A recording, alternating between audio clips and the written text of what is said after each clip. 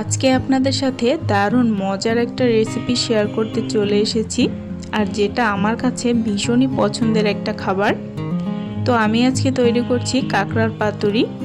এটা দেখতে যতটা না সুন্দর, খেতে কিন্তু তার থেকেও বেশি মজার। তো আমি এখানে কাঁকড়াগুলোকে কেটে নিয়েছি, একটু ছোট টুকরো করেই কেটে নিয়েছি। এখানে কিছু মশলা নিয়েছি, পেঁয়াজ রসুন আদা আমি বেটে নেব, আর কিছু শুকনো মশলা নিয়েছি, এগুলো আমি হালকা আঁচে একটু টেলে নিয়ে শিলপাটায় বেটে নেব। আপনারা চাইলে মিক্সিতেও গুঁড়া করে নিতে পারেন, তবে শিলপাটায় বেটে নিলে এর ফ্লেভারটা খুব ভালো আসে। এদিকে সরিষা আর কাঁচা মরিচ শুকনো মরিচ নিয়েছি, আমি একসাথে করে বেটে নেব। সরিষাটা কিন্তু আর তিতা লাগার কোনো চান্স থাকে না। এবারে সমস্ত মশলাগুলো আমি দিয়ে দিয়েছি, সঙ্গে দিয়ে দিয়েছি সামান্য হলুদের গুঁড়া, পরিমাণ মতো লবণ, আর অবশ্যই একটুখানি লেবুর রস, সাথে থাকছে সরিষার তেল। এই উপকরণগুলো কিন্তু মাস্ট। পাতুরি বানাতে এই মশলাগুলোর সাথে সরিষার তেল কিন্তু অবশ্যই দরকার। এবারে খুব সুন্দরভাবে একটু বেশ খানিকক্ষণ সময় ধরে এটা মাখিয়ে নিতে হবে। যত ভালো মাখা হবে স্বাদটা কিন্তু তত ভালো আসবে। এটাকে মাখিয়ে আমি মোটামুটি 10 মিনিট মতো রেখে দিয়েছিলাম। এবারে কলার পাতা নিয়ে নিচ্ছি। কলার পাতাটা আমি খুব সুন্দরভাবে ধুয়ে এরপরে এর মাঝে কিছুটা সরিষার তেল মাখিয়ে নিয়েছি। সামান্য সরিষার তেল মাখিয়ে নিলে কলার পাতাটা পুড়ে কিন্তু আপনার এই কাঁকড়া বা যে কোনো মাছই যদি পাতায় ভাজি করেন পাতায় লেগে যাবে না। এবারে কাঁকড়াটাকে আমি পাতলা করে দিয়ে দিয়েছি, যেহেতু কাঁকড়াগুলো বেশ খানিকটা ছিল।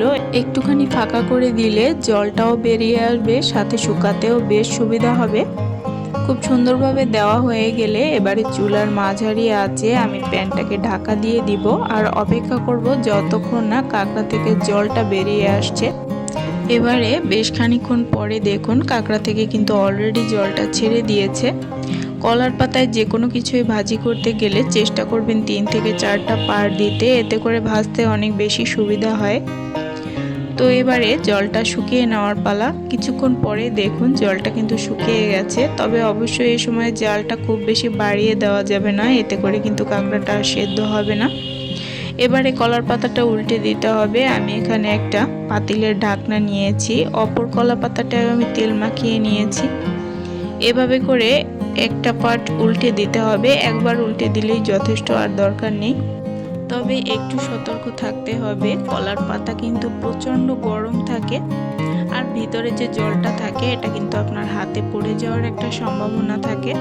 তো দেখুন বন্ধুরা, কত সুন্দর একটা কালার হয়েছে, অবিশ্বাস্য সুন্দর লাগছে দেখতে। এবারে এর অপর পিঠটাও সেম ভাবে 10 মিনিট মতো জাল করে নিলেই রেডি হয়ে যাবে। নামানোর আগে সামান্য একটু সরিষার তেল দিয়ে নামিয়ে নিয়ে গরম গরম ভাতের সাথে খেয়ে দেখবেন, অসাধারণ লাগে খেতে। আজকের রান্নাটা ভালো লাগলে অবশ্যই বাড়িতে একবার ট্রাই করবেন, সাথে আমাদের চ্যানেলের সদস্য হতে ভুলবেন না। ধন্যবাদ সবাইকে।